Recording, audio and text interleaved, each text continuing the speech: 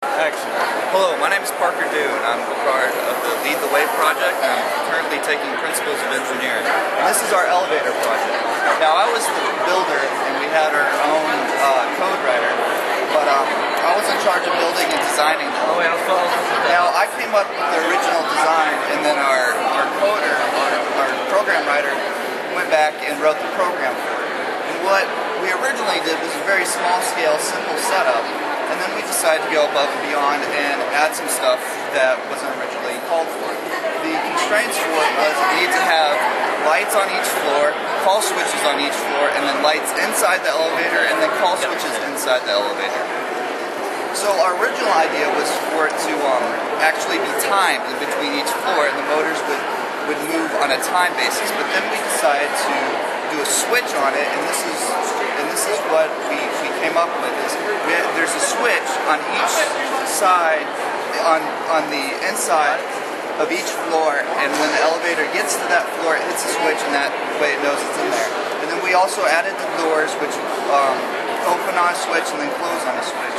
And it's pretty basic and pretty simple, and it's pretty easy to understand. Now Justin here, he did all the programming, and he can walk you through that massive monster. Justin? Alright, I'm Parker told y'all, I'm Justin Vick. I'm going to explain the programming behind the elevator. So we're going to start it up, and it's going to turn on motor 2, and then it's going to run motor 1, extension 1, until the doors open, and then it's going to sit there waiting for you to press a button. Once a button is pressed, input 2 on extension 1, or no, input 1 on master. It's going to run through this branch.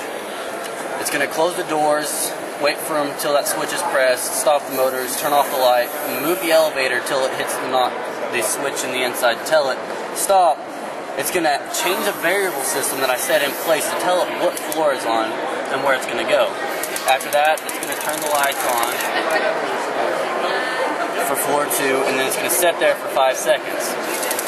After 5 seconds, it's going to run through here, and it's going to run safety variable outside, and then it's going to wait. If you don't press button 1 or button 3, or switch 1 or switch 3 for floor 1 or floor 3 respectively, it's going to shut doors 2 and set them for 5 seconds, and then wait for you to press another switch.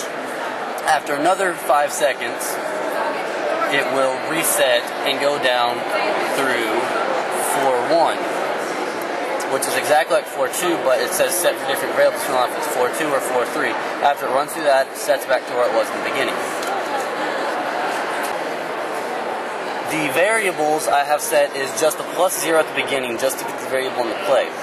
Then, as it goes through, depending on what the variable is here, if you were to, as soon as it started, variable is set to 1 initially for floor. So if you were to press switch 1, it would check here, it's still equal to 1, so it's just going to reset and not do anything because the elevator's on floor 1. If you were to press 2, it'll go through here because the floor is equal to 1, and as it goes through, it'll add 1 to the variable to make it to 2, and so when it gets back to here, or rather it'll be down to safety variable at this point. But if you don't press anything, it'll go here, it's going to run down this because at that point, floor here will be 2, and then it will subtract 1, setting it back to floor 1 for the other branches. And it does the same thing in the third branch, only it'll subtract 1 if it's coming from going to 2, or subtract 2 going to 1, and respectively to 3 to get from 1 to 2. Show them where that third branch is. And the third branch is over here. Exactly trialed just like the rest, only variable changes, well not variable changes, motor changes depending on what floor you're on, and yeah.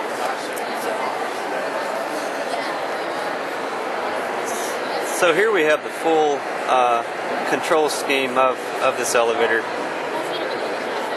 Alright, next Jackie is going to run through the actual simulation of the elevator. Okay. I'm Jackie, and I'll be running through the simulation. Currently, as you see from the lights, it's on floor 1. You can automate to use whatever floor you like, whether it be out or in. Let's say you are on the third floor. You press 1 for the third floor, and the lift will go up.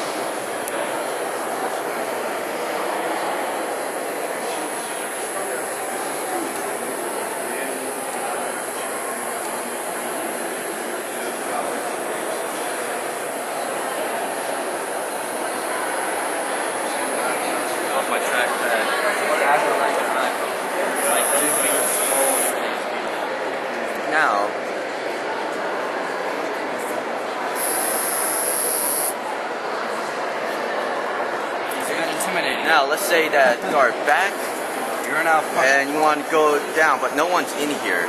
You are received where you are inputted. So, naturally, if it's up here, people at the first floor wouldn't really have anywhere to go. So, there's a safety mechanism built in. So, after a certain period of time, the lift automatically go back to the first floor.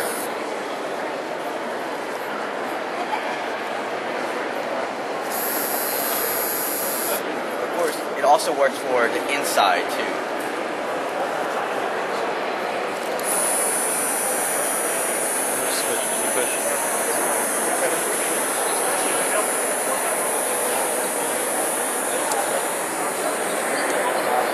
Push this one quicker. Well, I'm pretty sure I pressed 2.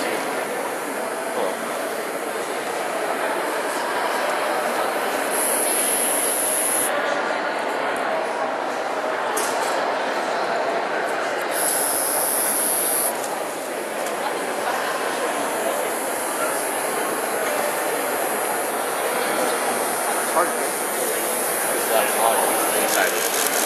I don't care. Wrap it up. And this is how the elevator will work. It works exactly like you expect a normal elevator will.